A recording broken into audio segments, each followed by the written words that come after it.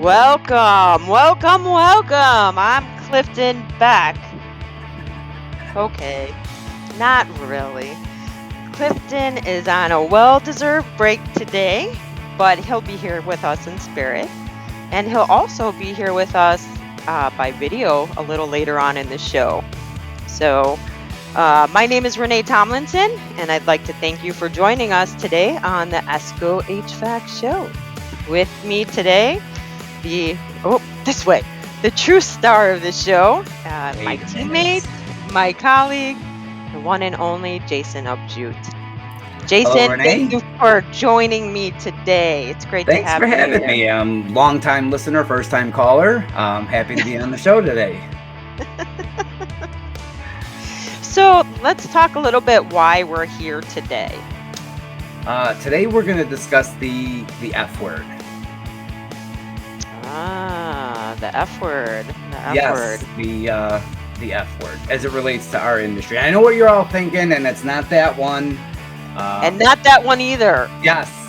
All right. Not that We're one. gonna talk about a little bit of flammability, and under what conditions certain things are going to become flammable.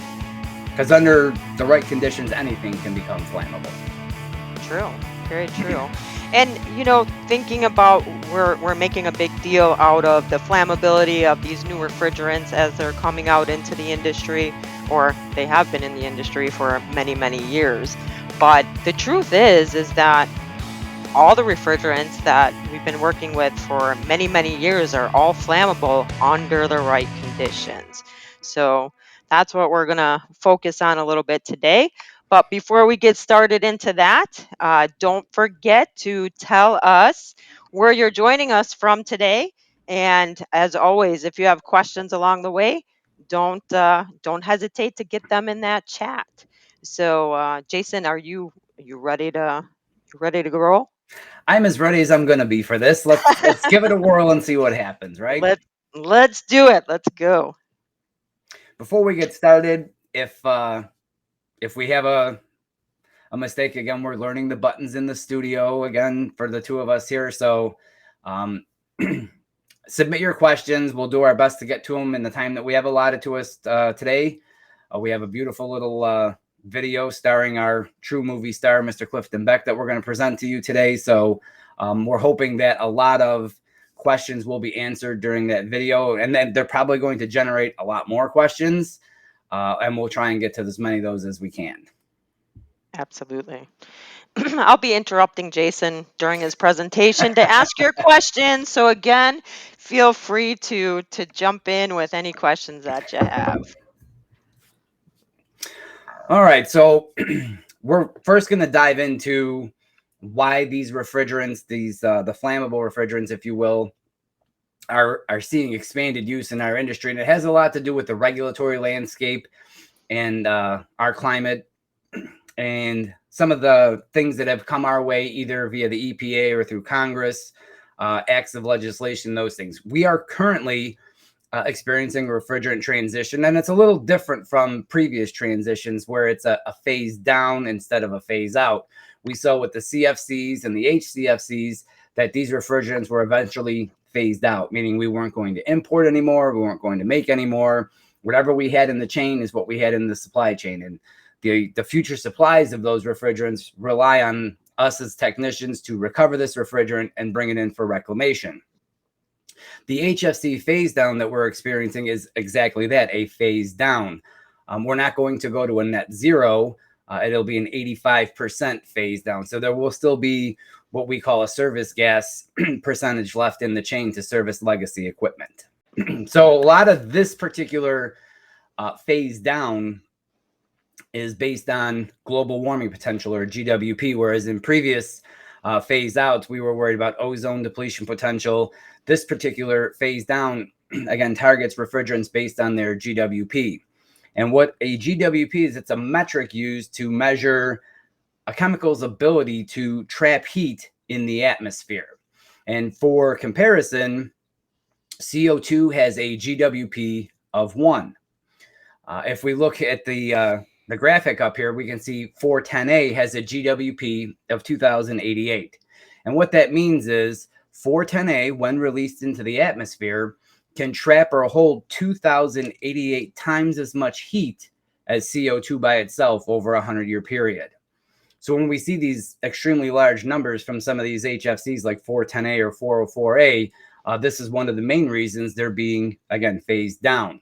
If we look at some of the refrigerants, the mildly A2L refrigerants, mildly flammable, or the highly flammable A3 refrigerants, we can see that they have very low GWPs. Typically what happens is as GWP comes down, flammability tends to come up. And as we move forward into this transition and this phase down, we're going to see that a lot of these refrigerants that we're left with after we phase down again based on GWP, a lot of what we're left with is going to be flammable, there's the F word, in one form or another. Again, there's a few levels of flammability, and we're going to touch on that as well. We have to stop throwing the F word at every refrigerant that's flammable. There are various levels of flammability, from mildly flammable to highly flammable. And we'll discuss why each refrigerant gets the label that it does.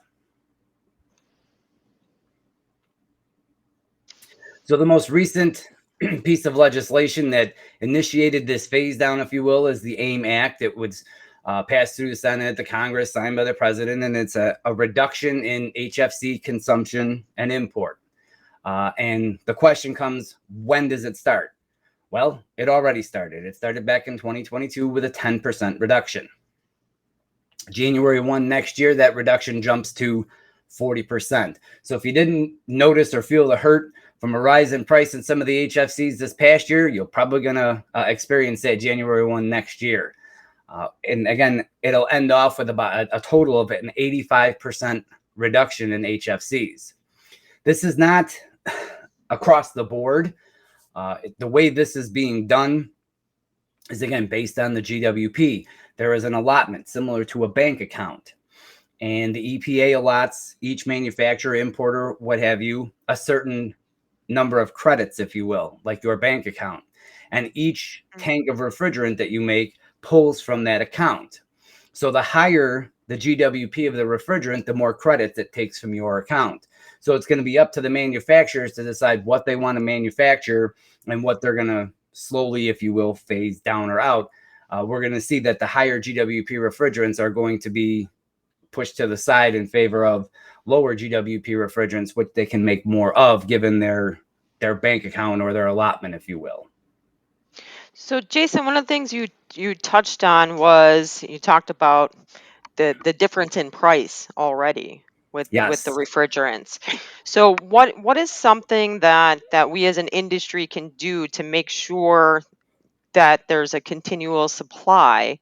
It may not necessarily help the prices, but it might if there's more refrigerant available than We can not. recover and bring it in for reclamation. There is this big fallacy out there that if you have mixed refrigerant, it has to be destroyed. It can't be separated and returned to new refrigerant, ARI 700 standard refrigerant. And that's completely wrong. We have the technology today, the reclaimers do, to take mixed refrigerants, separate them, and put them out as clean refrigerant again. So one way to ease the pressure on pricing and availability and supply is to recover the refrigerant and bring it in for reclamation. And a lot of these reclaimers are paying decent money, good money for a lot of these refrigerants, especially the HFCs during this phase down. So we got to stop seeing it as a roadblock or a bump in the road and start seeing it as a commodity that's available for a revenue stream as the contractor or as a technician, that there's money sitting in that line, that we can recover that refrigerant, bring it in for reclamation, and it stays in the economy. Mm-hmm. So as we mentioned, this is a phase down, not a phase out. The previous CFC and HCFC were phase outs. We can see in the graphic that they went from 100% to 0% over a period of time. This one goes from 100% down to 15%, again, over a shorter period of time. So there will be a small supply left, about 15% over, say, between now and 2036. Again, it started in 2022, and the next big step is January 1 next year.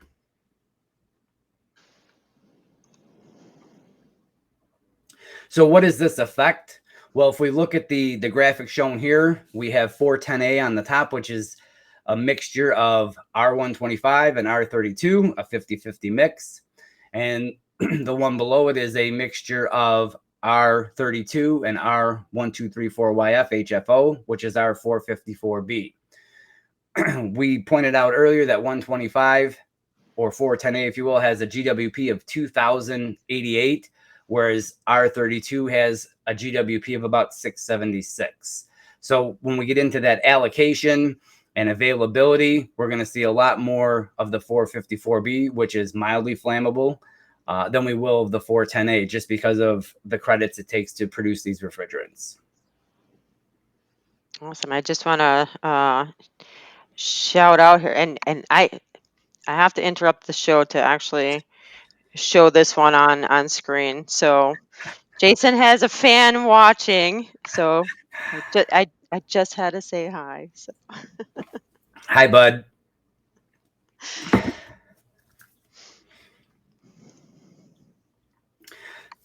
One of the other things, these next two slides we're going to go over are more proposed rules, more things coming from the EPA. This is the technology transition proposed rule. And what this does is limit for new equipment, given a year, the GWP of the refrigerant allowed to be used in that application. And one of the focuses here, again, I'll focus in on the residential light commercial air conditioning systems. The maximum GWP for a refrigerant in that application is 700. Again, this is proposed. It should be finalized in October. But you can see for each and every aspect, sector and subsector of the industry, they've put a GWP limit for new equipment. So as of January 1, 2025, for residential light commercial air conditioners and heat pumps, new equipment has to run on a refrigerant that has a GWP of 700 or less. All right. That knocks everything out that we've looked at, all the HFCs that we've looked at thus far, except for R32, which is a 676. 454B, which is a combination of R32 and 1234YF, is in the 400 range. Both of those are mildly flammable. So in a lot of these applications, we're going to see flammable or highly flammable or mildly flammable refrigerants being deployed to satisfy this requirement. A lot of changes, huh? It A is. lot of There's 3 changes. pages. This is just one page of 3. And then most recently, the EPA put out a proposed rule, SNAP 26. And again, it dealt with about 10 different refrigerants, and all of those refrigerants were either mildly flammable A2L or highly flammable A3s. And what it did was approve for use in specific applications these refrigerants. And one of the big things to note here was propane, which is an A3 highly flammable refrigerant, was approved for larger charge sizes in new equipment moving forward. Again, proposed rule. So when I say approved, proposal to be approved. And we went to 300 grams for what's called a closed system that has doors or drawers where the refrigerant can be trapped inside, or an open system, which is 500 grams. And open is something you can reach in and grab the product out of. It's a lot higher than the 150 grams that we previously saw. And again, it's in very specific applications, but we're seeing a lot more SNAP rulings and approvals for mildly flammable and highly flammable refrigerants in a variety of applications, again, to meet that GWP requirement. So with this being a proposed rule, obviously it's not in effect as of yet. Right. How does that work? What is the difference between when a rule is proposed and when it actually becomes a law?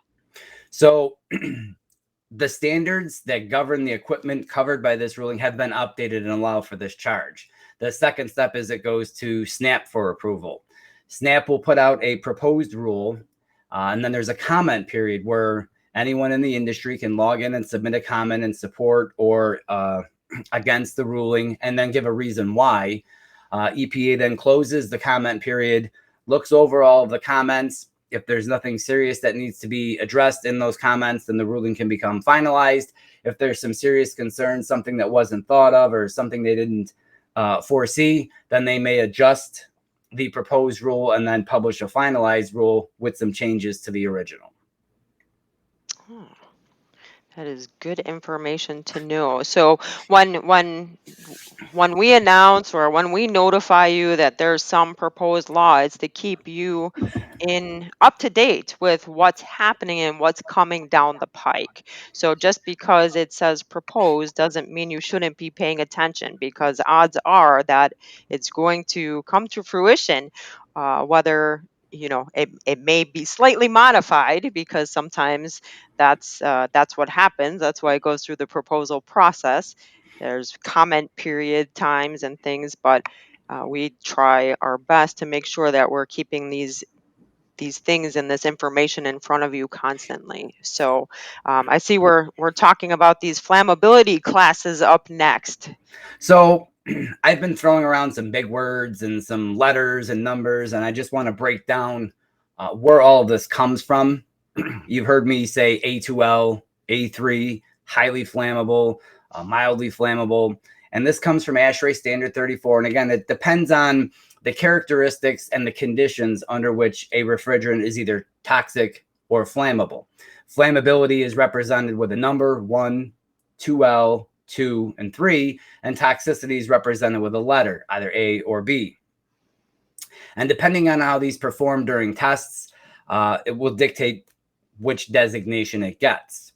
So we're going to discuss the differences, and we're going to actually see those differences on display today in a little pre-prepared video that our Rockstar put together for us. But I want to say that just because if we look at the bottom category, there are no flame propagation, R22, R4, 10A, they're A1s. A1 means no, it does not mean non-flammable. It means no flame propagation. That means under a specific set of circumstances, this refrigerant didn't sustain ignition. That doesn't mean under a different set of circumstances that refrigerant will not become flammable, because there are a variety of conditions in which it will. For example, a house fire. During a house fire, what we call a total loss where the entire structure is burning, that refrigerant in that line will become flammable under those conditions. The flame is hot enough, the conditions are such that the refrigerant will become flammable, as well as the oil inside the system. So there's a lot of things. So when we say it's an A1, stop using the word non-flammable, and stop using the word flammable for that matter. It's either highly flammable, mildly flammable, low flammability. There are various levels of flammability. Not everything has to have that F word thrown at it. The infamous Yes, F word. there are various levels of it, so to speak. And what they do is it's an ASHRAE Standard 34 ISO test where the refrigerant is pumped into a flask with air, and there's electrodes, and it's ignited, and there's an arc, as you can see painted there, a 90-degree arc to see the spread of the flame. They're measuring things like heat of combustion, some of the byproducts of combustion. A lot of different things are being monitored to see into which bucket is this going to fall, the A1, the A2L, the A2, or the A3. But it is a very complex test, and there's a lot of things that are being monitored when they do this. Shown in this slide are some of the refrigerants, again, being tested in the flasks. We can see 1, 2L, and 3, and you can see the difference in the flame, the spread of the flame, the breadth of the flame, if you will. So again, we're looking at that 90-degree arc. We have 2L, which is mildly or lower flammability. We have 2, which is low flammability or flammable. And we have 3, which is high flammability. So some of the refrigerants that we threw out already, like 454B or R32 or 1234YF, those are 2L refrigerants. Propane, isobutane, those are higher flammability A3 refrigerants. There's a big difference between them. We're going to see that on display in a little bit here. Yes, we will. So to show you some of the, again, this is a still photo, but you'll see it in action later. On the far, the A2L refrigerant, we have 1234YF, which is in a lot of places. If you have a car that was manufactured in the last 5-7 years, it's most likely got 1234YF in the AC system. R32, which is a really big refrigerant in many splits already. And then on the right-hand side there, R290, which is refrigerant grade propane. And you can see the burning velocity, the flame the best way I can describe the flame of an A2L is if you were trying to ignite and burn an A2L refrigerant, you're probably going to be disappointed in the result. It's a very lazy, very slow, very poor looking flame. It's not going to be the whoosh of an A3. So, and this is why it's important for us to keep having these conversations as well, talking about what these varying levels of flammability are, because there's been conversations and debates about safety and why are we introducing things that are going to blow up our houses and these have literally been the conversations, Yes, right? they have. When the reality is our houses are already sitting on natural gas pipelines. Or propane uh, tanks in the yard. right. The refrigerator that we bought in the last 7-8 years has propane inside it or isobutane inside of it. Our cars have an A2L in there. Window units and little package units have R32 in them, again, an A2L. So they've been on the periphery for quite some time, and they're now starting to work their way into the mainstream. And one of the reasons we want to talk about this is there's a huge difference between the requirements and the protocol and the things that we're supposed to do between an A2L, an A2, and an A3. A3 are charge restricted. There's a size restriction on the charge size, minimum room area required. There's a lot to know there, specific tools, and there is with A2Ls as well, but on a very different scale. So we need to know. If we just throw the flammable moniker on everything that's out there, we're not going to know how to handle the different chemicals, and they do need to be handled quite differently. Having said that, we're going to see what happens. I'll throw this out there. There's two things I want to put out there about this little video we're about to see. One, there is a disclaimer, and if you do have time, go back and read it again. You'll see it this time, but again, when it's posted, go back and read it again. And two, no furnaces, air conditioners, or heat pumps were harmed in the making of this video. But what we're going to see is just how flammable some of these chemicals are. And you're going to see the difference, the large difference between an A1, an A2L, and an A3. A1, again, no flame propagation, supposedly. A2L, mildly flammable, and A3, highly flammable. And we're going to see just how vastly different these refrigerants are.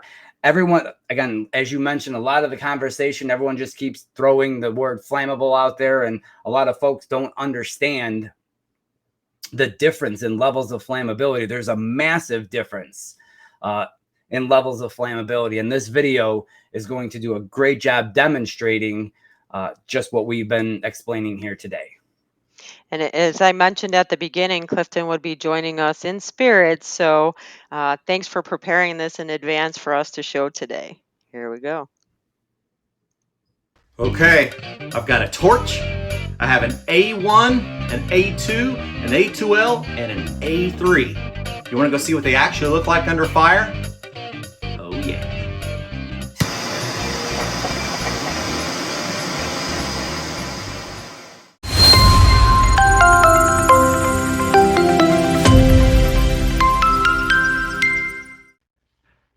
Did you know that all refrigerants are actually flammable? Maybe not as flammable as you would think. A lot of times you and I think of flammability as either it lights, it ignites, or it doesn't, right?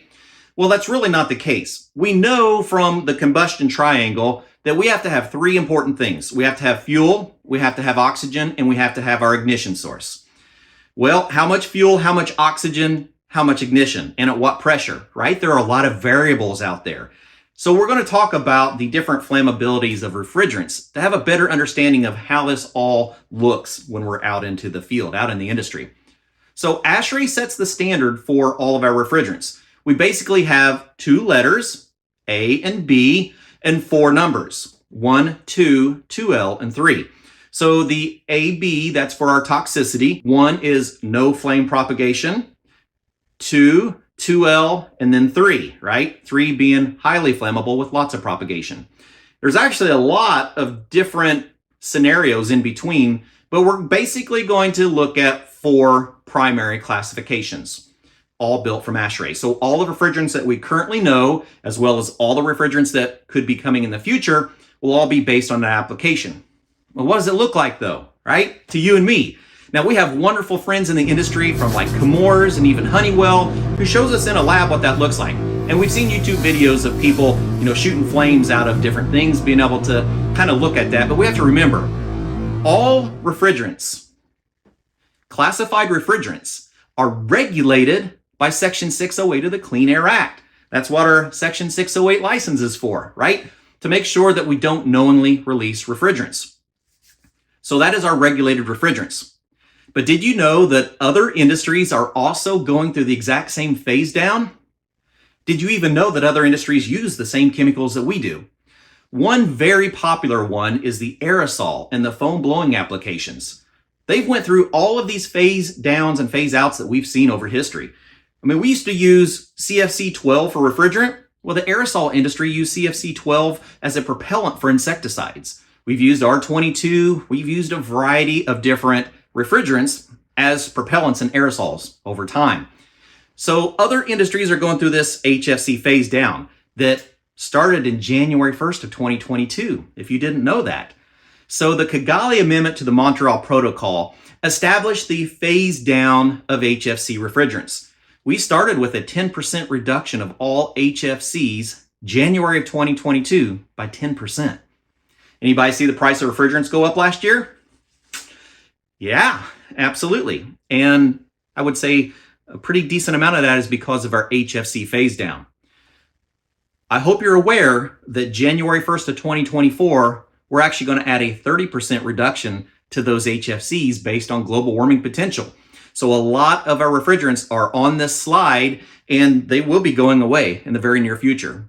Some of the refrigerants that you know very well and very comfortably right now. So we have to get comfortable with all of this transition. We will have reduced those HFC refrigerants by 85%, which means they will almost be gone. So we have a variety of new refrigerants, and a typical balance to look at is the higher the global warming potential, the less the flammability.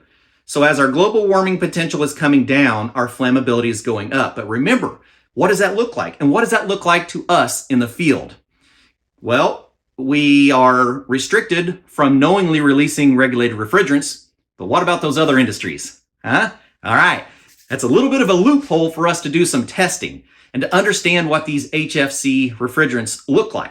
Actually, a variety of different refrigerants, not just HFCs, but HFOs and our HC refrigerants. So we've got a few of them to work with here, right? So we're going to do some experimenting to get an understanding of what these look like in the field. We're going to take a look at tetrafluoroethane. Any ideas what this might look like? In the world of refrigerants, this would actually be 134A. But since it's used in an aerosol, it is not a regulated refrigerant in this application. Okay? We also have, this one might not be as familiar to you, difluoroethane. This would actually be R152A. You're probably not very familiar with that, but this is an A2. Remember, our 134A was an A1. This is an A2, so it is a mildly flammable refrigerant. We've actually looked at using this in automotive air conditioning and didn't really happen. But now we have it that we can experiment with. Here's one that really is going to be fun to play with. All right, so this one is tetrafluoropropene. Any ideas? This is actually 1234YF, our newer HFO refrigerant. Now, what is an HFO? You want to know? An HFO is kind of an HFC in disguise. What I mean by that is when we look at the composition of our molecule of an HFC chemical, we have carbon atoms at the core, and then we have hydrogen, and we have fluorine, hydrofluorocarbon, right? Now, depending on how many atoms we have of each one will depend on the actual chemical name and state. And it also changes the stability of the chemical, especially when we're going from a liquid to a gas state. that really has effect on the strength of the bonds within our entire molecule. Well, we needed to get to a lower global warming potential refrigerant. So scientists at the Chemours company were able to modify the bonds and use in chemistry what is known as an alkene or olefin bond between our carbon atoms. So it changes the strength and the structure of those. Now, we do still have hydrogen and we do still have fluorine, so we have a hydrofluorocarbon. It is just bonded with an olefin bond, which means it doesn't have the same stability as it changes states from liquid to gas in the atmosphere, right? Keeping it confined within a refrigeration system, it's just going back and forth like all other chemicals. If it happens to get into the atmosphere, our bond is not going to be as strong. The covalent bond is not going to hold together as well. It's going to break apart and it is going to dissolve in the atmosphere, which is why we have such a lower global warming potential. This gas doesn't stay in the atmosphere the way our previous HFCs did. So that is the design of your HFO. It still is using hydrogen, fluorine, and carbon. It's just done in a very different way. Has a very low global warming potential, and we're going to see a lot more of that. And then we have our A3. Now this is actually propane, so it's got things like sulfur dioxide and it has different odorants in it, has impurities in it. If this was completely purified into its cleanest form, we would recognize this as R290. It's just propane, right? Hydrocarbon, A3, highly flammable. So we have all four classifications, A1, A2, A2L, A3, and we're going to go see what they actually look like in real-world scenarios that you might encounter out in the field. Now, the thing to think about with refrigerants is that we're talking about the stability of a chemical. So the place that you're going to experience ignition the most is when we change state, right? When we change state from a liquid to a vapor, that's when our energy is going to be expanding, our gases are going to be expanding, and you have the most potential for ignition. But in that expansion, it has to be a pretty specific combination of fuel, oxygen, and our ignition source. So, are you ready? Huh? Oh yeah. Let's go see what we can do with all four classifications of refrigerant.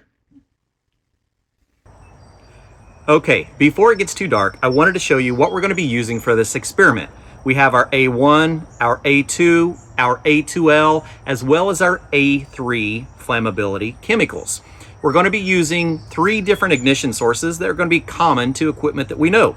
A silicon carbide igniter, a silicon nitride igniter, as well as a direct spark ignition using a Honeywell ignition module. So we're going to see what we have for flammability on these 4 different classifications of flammable gases. All right, let's light this stuff up. So we're going to start with our 134A. It's about 80 degrees outside, so we should have about 100 psi A in this can. We're going to use the trigger to adjust the velocity a little bit, and yeah, nothing lit so far. And let's move on to our 152A. Should be around 90 psi A. Different velocities with the trigger. Yeah, still nothing. Okay, let's move on to our 1234YF. Should be around 104 psi A. We're gonna get this sucker really hot. And yeah, still nothing. We can boil some sap out of the mahogany bit, and we can't get that 1234YF to light. What about some propane? R290, around 144. Of course, we're reducing down with our regulator, but you can see that our propane lights pretty easy, and propagation is pretty high with a highly flammable gas. Okay, what about an open flame? We'll start with our 134A again, and yeah, there's nothing going on in there. So let's move on to our 152, our A2. Yeah, actually get just a little bit of flutter in that flame. Not a lot, but we can see a little bit. How about our A2L? Yeah, almost nothing. Okay. Okay, let's invert this can and see what happens when we go from liquid to vapor. Oh, looky there, a little bit of ignition on this igniter, not on that one, and nothing on the intermittent ignition. Okay, now let's try our A2, our 152A. Holy HFCs, Batman! Look at that flame. And that is with an A2 as it's converting from liquid to vapor, and not so much on ignition. And the moment we've all been waiting for, our A2L. And not really a whole lot. More like an A1. There's a little bit of flutter, but absolutely nothing on our electronic ignition. Oh, if I get it just right. And super, super hot ignition. Okay, let's see what happens with a direct flame. So our 134A, yeah, I mean, there's a little bit in there. Not a lot, but a little bit. And as we increase our velocity, our propagation actually goes down. Well, what about our 152? Yeah, that's a lot of flammability. That was our A2. Let's take a look at our A2L, and, well, yeah, there's a little bit. So a little bit more than an A1, but definitely not as much as an A2. So what does all this mean? Well, it really means that all refrigerants really are flammable. It just depends on the amount of fuel, the amount of oxygen, and the energy, and the amount of that energy that is in our ignition source. So when we look at our refrigerants, we need to understand that even our A1 refrigerants, this 134A, did ignite when it was in the right circumstance. It had to be changing state from liquid to vapor. All of our refrigerants here are showing examples of propagation when they're changing state from liquid to vapor in an open flame ignition source. Now, we didn't see those similar effects when we're talking about vapor, and we didn't see as much of it when we're talking about liquid in lower ignition sources, like our hot surface igniter and with our direct spark ignition. Very different ignition scenarios. So just be aware that all of our refrigerants have some type of flammability to them. Our A2L actually is much closer to an A1 than it is like the A2, and definitely nowhere near the A3. It doesn't have a lot of flame to it. And if you notice, when we start applying more pressure, more velocity to the refrigerant itself, our flame propagation actually diminished. So the window's very, very small. So a lot closer. I would actually rather seen this A2L down here close to our A1 and our A2 up here really close to our A3. But that's just the scenario that I see. So thanks for joining us. If you want to use any of this footage, please do. No need to duplicate it. You know, we took a lot of extra safety precautions to make sure that we had a proper atmosphere to do this testing. We're on concrete. We have all highly flame resistant clothing, fire extinguisher, and it's just a great opportunity for us to experiment with the true flammability of these refrigerants in real world scenarios. Have a good day.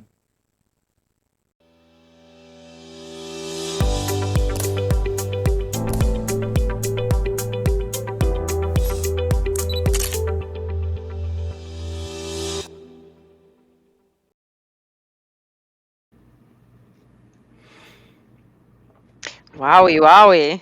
Yeah, for real, right? And he's not even here, and he's still the star of the show. I know, right? He did a lot of work there. He did a lot of preparation. A lot of safety precautions were put in place to make that video. A lot of research put into it. I definitely, again, as he said, feel free to use it. Use the disclaimer before it, but it did show a lot of things that we've been saying. There's already questions rolling in about will it sustain combustion, and A2L, once the ignition source is removed, will not sustain the combustion. An A3 will, a highly flammable A3 will sustain its own combustion. One of the things that we saw from there is, again, an A2L is a lot closer to an A1 than it is to an A2 or even an A3. The flame is very minimal. He had three different igniters on there, and we saw with the high voltage spark, I don't think the only one that really lit up was the propane that really sustained itself. But As you can see, there's a huge difference. What we've been trying to say, the F word, the flammable word, there's a big difference between A1, A2L, A2, and A3, and the conditions under which they are flammable, what we consider standard operating or normal operating conditions. That's not always the case in the field. We're going to come across some outside the ordinary conditions under which things that normally wouldn't be flammable become flammable. So as he said, there's a very small window there for the mildly flammable A2Ls to both achieve ignition and continue ignition. One of those, again, comes down to the velocity of the refrigerant, the strength of the ignition source, the burning velocity of the gas itself. There's a lot that comes into play with that. And this video does a really good job of demonstrating just how big of a difference there is from A1 all the way up to A3. What was it he said? Holy HFC Batman? Yes, that was, we're going to have to get a shirt made now for that. Yeah, He's gonna have to wear it. absolutely. Yes. Absolutely. And if you do have other questions, again, feel free to jump in the chat and put them down. We'll do our best to address them as we move forward. Absolutely. So one of the things that comes up then is, what does this mean for me in the field? We're obviously not going to be standing in the field with a tank of refrigerant, spraying it over an open flame. These are, again, he was trying to present real world scenarios, ignition sources, possible ignition sources, and HVAC equipment with a refrigerant leak nearby. And we saw the levels of flammability there. So once these hit the field, what are some of the things that me as a contractor, technician, instructor, anyone in the industry, wholesaler, counter, wherever you're at in the industry, what types of changes are we going to see? And truth be told, when we're dealing with A2Ls, we're not going to see a huge difference. Units are still going to look like the units that they do today.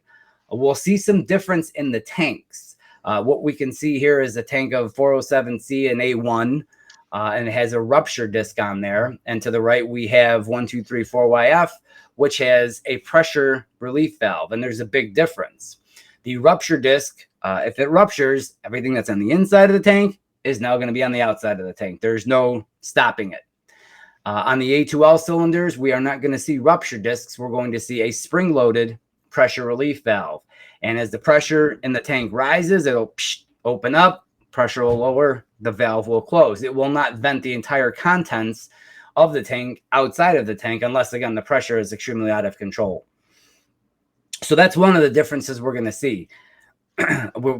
In an A1, we're using a rupture disc, and in an A2L on that tank, we're going to see a spring-loaded pressure relief valve at the top of the tank. One of the other differences we're going to see is the color code. We're going to see, I don't know if I've seen a lot of discussion on this about all the refrigerant tanks are gray now. Yes, that was an AHRI guideline change that all the tanks are going to a gray colored tank. But when we have a flammable tank, we're going to see that red band, either a red band or the entire top of the tank is red. We're also going to advise you, listen, a lot of us, when we're in the field, when we're getting ready to render the tank useless so that we can dispose of this tank, we would puncture the rupture disc and then recycle the tank. Don't attempt that with a spring-loaded pressure relief valve. You may shoot your eye out. All right. The proper way to do it would be to puncture it with a brass or non-sparking pick right there by the weld, as you can see. So again, we're going to see a difference in the color code. And one of the other differences in the tank that we're going to see, again, Chemours has announced that their tanks are going to have a left-handed thread. So that's, again, from a functionality standpoint, nothing that we've discussed changes the actual chemical itself, the refrigerant itself. These are all cosmetic changes, if you will. The color of the tank, where we puncture the tank, the thread on the tank. The refrigerant is still the refrigerant, all right? Just because a refrigerant is flammable does not mean the refrigeration cycle changes. Superheat is still superheat. Subcooling is still subcooling. The evaporator is still the evaporator. Nothing is going to change. A lot of these changes that we're going to see are just going to be simply cosmetic. And again, this is to alert you that, hey, something is different about this. It's trying to say to you, listen, look at me. I'm a little different. I work the same. I do the same thing, but I am a little different from something that you may have been handling last year. Right, and then that's in addition to things like seeing the red striping throughout the system Right. and components that are encased, so there's no opportunity for sparking while the system is running. So again, Intrinsically safe electrical cosmetic, components, right? right? Yes. A contactor still does contact, right? In that same vein, in that cosmetic change that we spoke of, we're going to see on these A2L units, we're going to see a lot of stickers and warnings and color coding. This doesn't change how the system works. A heat pump still pumps heat. An air conditioner still transfers heat from inside the structure to outside the structure.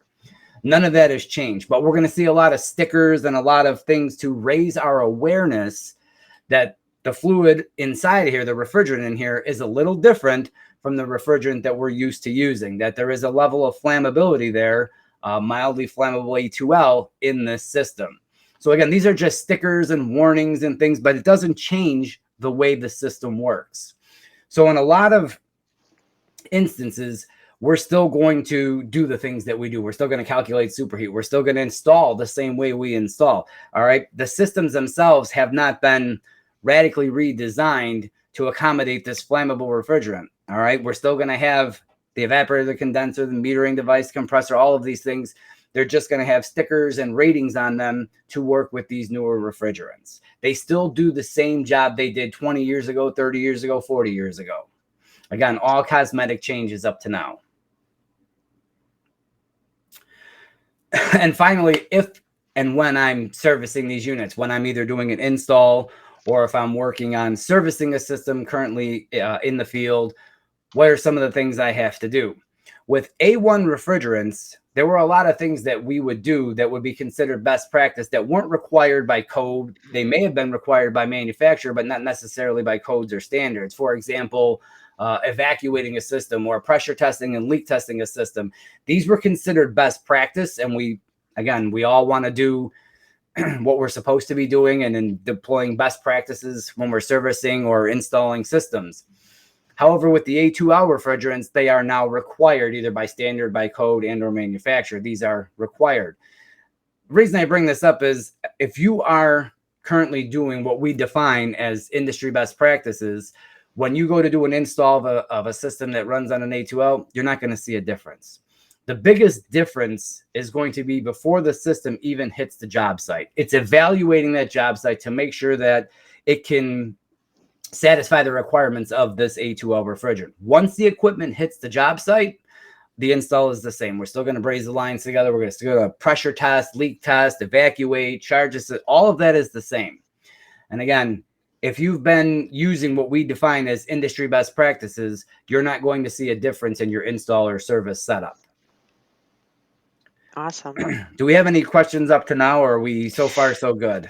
Well, that's what I was going to say, Jason. You must have either gone through it so well that nobody has any questions because you covered every possible thing that anybody wants to know, or they don't want to ask questions because they didn't want me to show you up on the knowledge, so. Gotcha. I will put out there that one of the differences we're going to see from an A1 system to an A2L system is something called an RDS, or refrigerant detection system. And what this is, you can think of it as like a circuit board. If any of you are working on furnaces, we have something called a rollout switch. And if that rollout switch opens, it puts the furnace into lockout, turns the blower motor on, the inducer motor on, just keeps air moving and locks the system out. It's something akin to that. We're going to have a sensor on the condenser, a sensor on the evaporator tied into some little circuit board. And if one of those sensors picks up a leak, it is going to put the system in the lockout, turn some fans on, keep the air moving, and stay locked out. The reason I bring this up is because the gas and go thing is going to have to go, so to speak. For those of us that come up to me, oh, it's a little low, let me put some refrigerant in there and I'll be on my way. That's not going to work. If there is a leak in this sensor, this sensor is going to look every 10 to 15 seconds for a leak. And if it picks up a leak, it's going to lock out the system. So if you gas up this system and don't repair the leak, 10 seconds later, it's going to lock out again. So we are going to have to fix these leaks moving forward if the RDS is picking them up. So that is one big, and again, that'll be on board when you walk out of the supply house with the unit on your truck. You may have to connect a wire here or there or tie in a blower motor here or there, but it will have some sort of, and again, it'll vary from manufacturer to manufacturer. They will be able to best educate you on how their RDS works and how to respond to a fault code. 3 blinks means this, 4 blinks means that, those sort of things. But we are going to see those sorts of things on these A2L systems moving forward. I wanted to get that out there. How do you know all this, Jason? Well, there was this bird, and no, I'm kidding. I sit in a lot of these committee meetings, a lot of the standards meetings. I'm either an observer or a participant, or in some cases, I was the chairman of certain committees like the Safe Refrigerant Transition Task Force for AHRI. I'm an observer on ASHRAE Standard 15 and 15.2. I'm on the code hearings, the ICC code hearings as an observer. So I sit in on a lot of the boring stuff to listen to what's going on. I monitor and follow all of the EPA proposed and final rules and try and, again, translate those into English for everybody else to understand, because a lot of times they're written in legal English, which nobody understands. Right. So there's a lot of boring work that goes in on the backside of this to be able to give you this information.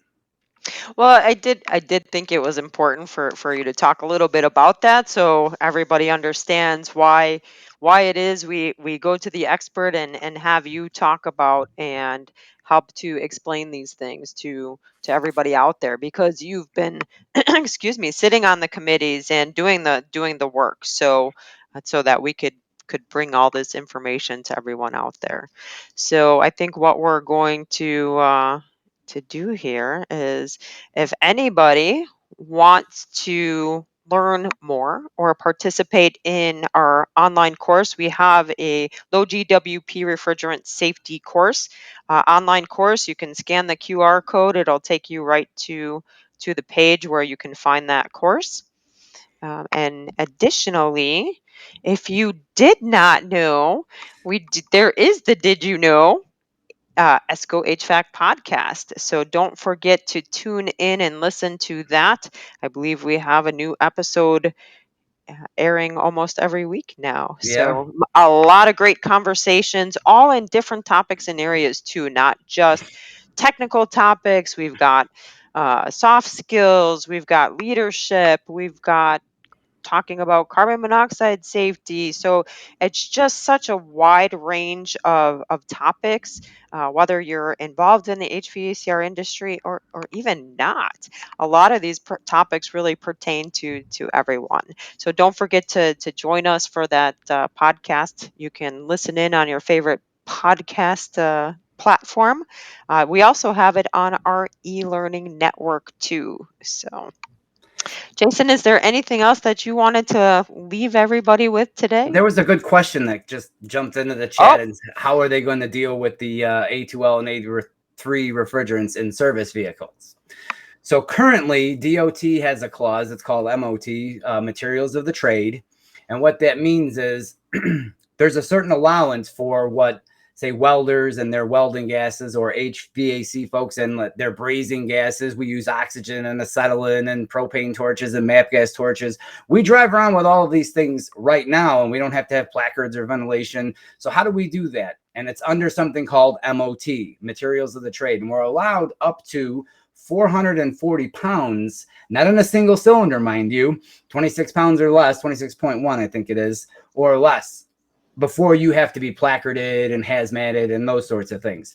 So the Materials of the Trade clause in the DOT CFR 49 allows us to drive around with about 440 pounds of, again, gases or fluids directly related to the trade. For example, a welder and the welding gases, or HVAC personnel and the brazing gases we've been driving around with. Again, those are highly way more flammable than the stuff that we were seeing in this video, oxygen and acetylene. And then those torches that, we saw Clifton using, the propane and the MAP gas, we're already driving around with those and have been for years. And we don't have to have placards or ventilation. I will say that they do require a fire extinguisher, Class B or better fire extinguisher on board. A lot of vans do have passive ventilation in the top to when you're driving around with those types of gases. That is an option, but again, not necessarily. There might be different requirements locally. You'll have to check, again, locally with your code authority or the fire code about what they require when driving around. But federally, there's no requirement for placards until you hit that. Again, it's about, I want to say it's 440 pounds. After that, you're no longer a service technician. You're now a shipper. So I wanted to address that. And then the second one is, if you want more of this information, if you're looking to upskill, if you will, and get educated, we do have a conference every year. And there is do we have a code for that one, Renee? Yep. Sorry, you were faster than me. So we do have an educator conference.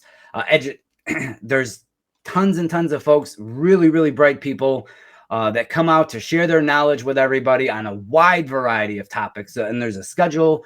You can pick and choose the different classes. It's a great time.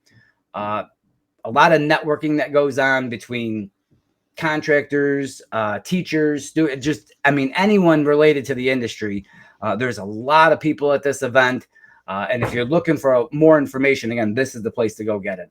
I swear by it. You want to talk to these people firsthand. You want to talk to the refrigerant manufacturers. You want to talk to other industry trainers. Hey, you want to come talk to Jason? Stop by our conference. There, yeah. Like the tool manufacturers will show the latest tools, or equipment manufacturers show how their equipment is working. Trainers, just from one end of the industry to the other, there's a representative of somewhere in the industry at this conference, and it's to your benefit to check it out. Absolutely. So we will say hello to a few people who've been popping in and saying hello. So Donald Baker, thanks for joining us. Paul Leonardi, Peyton and Jason, thank you guys. Todd Clear, thank you all. If I missed any, Jeff Underwood. Yeah, thanks so much for checking in with us and joining us today. Jason, were there any last parting words you wanted to give everyone? I want you to think of an education or getting trained as an investment in yourself and your future. Well, those are awesome parting words to leave with. And with that,